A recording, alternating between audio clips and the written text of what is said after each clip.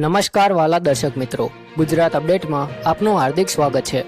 મિત્રો, આજે રાજ્યના હવામાનને લઈને એક ખૂબ જ મહત્વપૂર્ણ અને ચિંતાજનક અપડેટ સામે આવી રહી છે। જો તમે ખેડૂત છો, પશુપાલક છો કે પછી પ્રવાસની યોજના બનાવી રહ્યા છો અથવા રોજિંદા કામકાજ માટે બહાર નીકળવાના છો, તો આ માહિતી તમારા માટે ખૂબ જ ઉપયોગી સાબિત થવાની છે। કારણ કે આજની સાંજથી લઈને મધરાત સુધી અને આગામી 4 થી 5 દિવસ દરમિયાન ગુજરાતના અનેક વિસ્તારોમાં વાતાવરણમાં મોટો પલટો જોવા મળી શકે છે। હવામાન વિભાગ દ્વારા ગાજવીજ, ભારે પવન, વીજળીના ચમકારા અને કેટલાક વિસ્તારોમાં ભારે વરસાદની આગાહી જાહેર કરવામાં આવી છે। ખાસ કરીને ઉત્તર ગુજરાત, મધ્ય ગુજરાત અને દક્ષિણ ગુજરાતના કેટલાક જિલ્લાઓ માટે ઓરેન્જ એલર્ટ જાહેર કરવામાં આવ્યું છે। તેથી આ સમગ્ર માહિતી અંત સુધી જરૂરથી સાંભળજો, કારણ કે આજે આપણે જાણીશું કે કયા જિલ્લામાં સૌથી વધુ અસર રહેશે, કયા વિસ્તારોમાં ભારે વરસાદની સંભાવના છે, ચોમાસાની સ્થિતિ શું છે, અંબાલાલ પટેલે શું નવી આગાહી આપી છે અને આગામી દિવસોમાં ગુજરાતના હવામાનમાં કેવા મોટા ફેરફારો જોવા મળી શકે છે। તો મિત્રો, હાલ ઉત્તર ગુજરાતના રાજસ્થાન વિસ્તારમાં પશ્ચિમી વિક્ષોભ સક્રિય બની રહ્યો છે। આ સિસ્ટમના કારણે છેલ્લા 2-3 દિવસથી રાજસ્થાનના અનેક વિસ્તારોમાં ધૂળની આંધી, ગાજવીજ અને વરસાદની સ્થિતિ જોવા મળી રહી છે। હાલમાં સેટેલાઇટ ચિત્રોમાં પણ સ્પષ્ટ રીતે જોવા મળી રહ્યું છે કે રાજસ્થાનના ઉત્તર અને પૂર્વ વિસ્તારોમાં ભારે વાદળોની રચના થઈ રહી છે અને આ જ વાદળો ધીમે ધીમે દક્ષિણ અને પૂર્વ દિશામાં આગળ વધી રહ્યા છે, જેના કારણે ગુજરાતના ઉત્તર ભાગોમાં વાતાવરણમાં મોટો ફેરફાર જોવા મળી શકે છે। ખાસ કરીને સાબરકાંઠા, અરવલ્લી, મહીસાગર, બનાસકાંઠા, પાટણ અને મહેસાણા જેવા જિલ્લાઓમાં સાંજ બાદથી ગાજવીજ અને વરસાદી માહોલ સર્જાઈ શકે છે। મિત્રો, હાલમાં અરબી સમુદ્રમાં પણ ભેજનું પ્રમાણ સતત વધી રહ્યું છે। કેરળ નજીકના દરિયામાં ચોમાસાની હલચલ વધુ મજબૂત બની રહી છે। દક્ષિણ ભારતના કિનારાઓ તરફ પશ્ચિમના ભેજયુક્ત પવનો ઝડપથી આગળ વધી રહ્યા છે। જો કે હજુ સત્તાવાર રીતે કેરળમાં ચોમાસું સંપૂર્ણપણે બેસ્યું નથી, પરંતુ આગામી 48 કલાક દરમિયાન ચોમાસું કેરળ કિનારે પ્રવેશી શકે તેવી સંભાવનાઓ વ્યક્ત કરવામાં આવી રહી છે। આ સમગ્ર પરિસ્થિતિનો સીધો પ્રભાવ ગુજરાતના પ્રી મોન્સૂન વાતાવરણ ઉપર પણ જોવા મળી રહ્યો છે। હવે જો આજના દિવસની વિગતવાર વાત કરીએ તો હવામાન વિભાગ અનુસાર ઉત્તર ગુજરાતના વિસ્તારોમાં સૌથી વધુ અસર જોવા મળી શકે છે। સાબરકાંઠા અને અરવલ્લીના અનેક વિસ્તારોમાં તીવ્ર મેઘગર્જના સાથે વરસાદ પડી શકે છે। કેટલાક સ્થળોએ પવનની ઝડપ 40 થી 60 કિલોમીટર પ્રતિ કલાક સુધી પહોંચી શકે છે।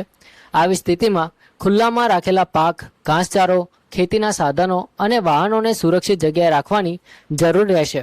ખાસ કરીને ખેડૂતો માટે આ સમય સાવધાની રાખવાનો છે, કારણ કે ભારે પવન સાથે વરસાદ આવે તો પાકને નુકસાન થવાની શક્યતા વધી શકે છે।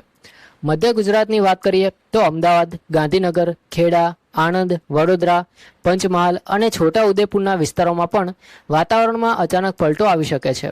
દિવસ દરમિયાન ગરમી અને બફારાનો અનુભવ થયા બાદ સાંજના સમયે વાદળછાયું વાતાવરણ બનવાની સંભાવના છે। કેટલાક વિસ્તારોમાં વીજળીના ચમકારા સાથે વરસાદી ઝાપટા પણ પડી શકે છે। ખાસ કરીને ખુલ્લા મેદાનોમાં કામ કરતા લોકો માટે વીજળીથી સાવચેત રહેવું જરૂરી રહેશે। દક્ષિણ ગુજરાતના જિલ્લાઓમાં જેમ કે નર્મદા, તાપી, ડાંગ, નવસારી, સુરત અને વલસાડમાં પણ આગામી કલાકોમાં વરસાદી પ્રવૃત્તિ વધી શકે છે। આ વિસ્તારોમાં અરબી સમુદ્રમાંથી આવતો ભેજ અને સ્થાનિક પવનની સ્થિતિ સર્જાઈ શકે છે। ખાસ કરીને ડાંગ અને નર્મદા જિલ્લાના પર્વતીય વિસ્તારોમાં વરસાદનું પ્રમાણ થોડું વધારે રહે તેવી સંભાવના વ્યક્ત કરવામાં આવી રહી છે। સૌરાષ્ટ્ર વિસ્તારની વાત કરીએ તો અહીં વરસાદની તીવ્રતા અન્ય વિસ્તારોની સરખામણીમાં ઓછી રહેવાની સંભાવના છે। તેમ છતાં ભાવનગર, અમરેલી, જૂનાગઢ, ગીર સોમનાથ, દ્વારકા અને પોરબંદરના કેટલાક વિસ્તારોમાં છૂટાછવાયા વરસાદી ઝાપટા પણ પડી શકે છે। દરિયાકાંઠાના વિસ્તારોમાં ભેજનું પ્રમાણ વધુ હોવાથી વાદળછાયું વાતાવરણ જોવા મળી શકે છે। રાજકોટ અને સુરેન્દ્રનગરના અમુક વિસ્તારોમાં પણ સાંજ પછી વાતાવરણમાં ફેરફાર થઈ શકે છે। મિત્રો, કચ્છ વિસ્તાર માટે હાલ કોઈ ખાસ ભારે વરસાદની આગાહી નથી। જો કે વાદળછાયું વાતાવરણ અને પવનની અસર કેટલાક વિસ્તારોમાં જોવા મળી શકે છે, તેથી પશુપાલકો અને ખેડૂતોને સાવચેત રહેવાની સલાહ આપવામાં આવી છે। હવે આગામી દિવસોની વાત કરીએ તો 2 જૂન, 3 જૂન અને 4 જૂન અને 5 જૂન દરમિયાન ગુજરાતના વિવિધ વિસ્તારોમાં વરસાદી માહોલ ચાલુ રહેવાની સંભાવના છે. હવામાન વિભાગ નવા નકશાઓ મુજબ રાજસ્થાન ઉપર સક્રિય પશ્ચિમી વિક્ષોભ વધુ મજબૂત બનશે, જેના કારણે ઉત્તર ગુજરાત અને પૂર્વ ગુજરાતના વિસ્તારોમાં ફરી એકવાર ગાજવીજ અને ભારે વરસાદની સંભાવનાઓ વધી રહી છે. ખાસ કરીને સરહદી વિસ્તારોમાં વરસાદનું પ્રમાણ વધુ રહી શકે છે. 2 જૂનના દિવસે રાજસ્થાનમાં રેડ એલર્ટ જાહેર કરવામાં આવ્યું છે, જેના કારણે તેની અસર ગુજરાતના સરહદી જિલ્લાઓમાં પણ જોવા મળી શકે છે. સાબરકાંઠા, અરવલ્લી, મહીસાગર અને દાહોદ જેવા જિલ્લાઓમાં ભારે વરસાદ સાથે તોફાની પવન ફૂંકાઈ શકે છે. કેટલાક વિસ્તારોમાં ટૂંકા સમય માટે ભારે વરસાદ પડવાની શક્યતા પણ નકારી શકાય નહીં. 3 અને 4 જૂન દરમિયાન પણ સ્થિતિ લગભગ સમાન રહેવાની સંભાવના છે. ઉત્તર ગુજરાત અને મધ્ય ગુજરાતમાં ગાજવીજ સાથે વરસાદ ચાલુ રહી શકે છે. દક્ષિણ ગુજરાતમાં પણ વરસાદી પ્રવૃત્તિ સક્રિય રહેવાની શક્યતા છે. ખેડૂતો માટે આ દિવસો ખાસ ધ્યાન રાખવાના રહેશે, કારણ કે વરસાદ અને પવન બંનેની અસર પાક ઉપર થઈ શકે છે. મિત્રો, હવે વાત કરીએ જાણીતા હવામાન નિષ્ણાત અંબાલાલ પટેલની આગાહી અંગે. તો અંબાલાલ પટેલે પણ આગાહી દિવસોમાં ગુજરાતના અનેક વિસ્તારોમાં વરસાદની સંભાવના વ્યક્ત કરી છે. તેમણે ખાસ કરીને ઉત્તર ગુજરાત અને પૂર્વ ગુજરાતના જિલ્લાઓમાં વધુ વરસાદ થવાની શક્યતા દર્શાવી છે. તેમના જણાવ્યા મુજબ કેટલાક વિસ્તારોમાં 1 થી 2 ઇંચ સુધી વરસાદ પડી શકે છે. ચોમાસા અંગે અંબાલાલ પટેલે પરંપરાગત કુદરતી સંકેતોના આધારે પણ મહત્વપૂર્ણ માહિતી આપી છે. તેમના કહેવા મુજબ સામાન્ય રીતે ચોમાસાના આગમન પહેલા પક્ષીઓની હલચલ, તેમના અવાજ અને કુદરતી પરિવર્તનોમાં ખાસ પ્રકારના સંકેતો જોવા મળતા હોય છે. પરંતુ હાલમાં આવા સ્પષ્ટ સંકેતો માટે મોટા પ્રમાણમાં જોવા મળી રહ્યા નથી, જેના કારણે હજુ મુખ્ય ચોમાસાના આગમન માટે થોડો સમય લાગી શકે છે. તેમણે વધુમાં જણાવ્યું છે કે 8 જૂનથી 15 જૂન વચ્ચે હવામાનની સ્થિતિમાં મહત્વપૂર્ણ ફેરફારો જોવા મળી શકે છે. આ સમયગાળા દરમિયાન અરબી સમુદ્ર અને બંગાળની ખાડીમાં બનતી સિસ્ટમો હવામાનને પ્રભાવિત કરી શકે છે.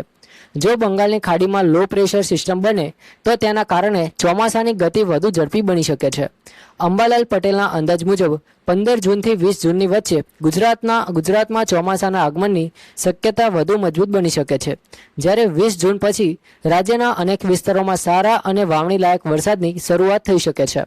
ખેડૂતો માટે આ ખૂબ જ મહત્વપૂર્ણ સમાચાર કહી શકાય, કારણ કે ઘણા ખેડૂતો હવે વાવણી માટે યોગ્ય વરસાદની રાહ જોઈ રહ્યા છે. હાલમાં મોડેલોના અનુમાન મુજબ 5 જૂન પછી વરસાદનું જોર થોડું ઘટી શકે છે, પરંતુ અરબી સમુદ્રમાંથી આવતા ભેજના કારણે દક્ષિણ ગુજરાત અને સૌરાષ્ટ્રના કેટલાક વિસ્તારોમાં પ્રી મોન્સૂન વરસાદી પ્રવૃત્તિ ચાલુ રહી શકે છે. ખાસ કરીને વલસાડ, નવસારી, ડાંગ અને આસપાસના વિસ્તારોમાં વરસાદની સંભાવનાઓ યથાવત રહી શકે છે. મિત્રો, ઘણા લોકોના મનમાં પ્રશ્ન હશે કે શું અરબી સમુદ્ર અથવા બંગાળની ખાડીમાં કોઈ વાવાઝોડું બનવાની શક્યતા છે? તો મિત્રો, હાલમાં ઉપલબ્ધ માહિતી અનુસાર આગામી દિવસોમાં કોઈ પણ મોટા વાવાઝોડાની શક્યતા દેખાઈ રહી નથી. એટલે ગુજરાત માટે હાલમાં વાવાઝોડાનો કોઈ સીધો ખતરો નથી. જોકે પશ્ચિમી વિક્ષોભ અને પ્રી મોન્સૂન સિસ્ટમોને કારણે ગાજવીજ અને પવન વરસાદની અસર જરૂર જોવા મળી શકે છે. આ પરિસ્થિતિમાં ખેડૂતો માટે ખાસ સલાહ એ છે કે ખુલ્લામાં રાખેલો ઘાસચારો, ખાતર, બિયારણ અને કૃષિ સાધનો સુરક્ષિત જગ્યાએ રાખો. પશુપાલકોને પશુઓ માટે સુરક્ષિત આશ્રયની વ્યવસ્થા રાખવી જોઈએ. વીજળીના ચમકારા દરમિયાન ખુલ્લા ખેતરોમાં અથવા વૃક્ષોની નીચે ઊભા રહેવાનું ટાળવું જોઈએ. મુસાફરી કરતા લોકોએ પણ હવામાનની તાજી માહિતી પર અસર અને નજર રાખવી જોઈએ. જય હિન્દ, વંદે માતરમ.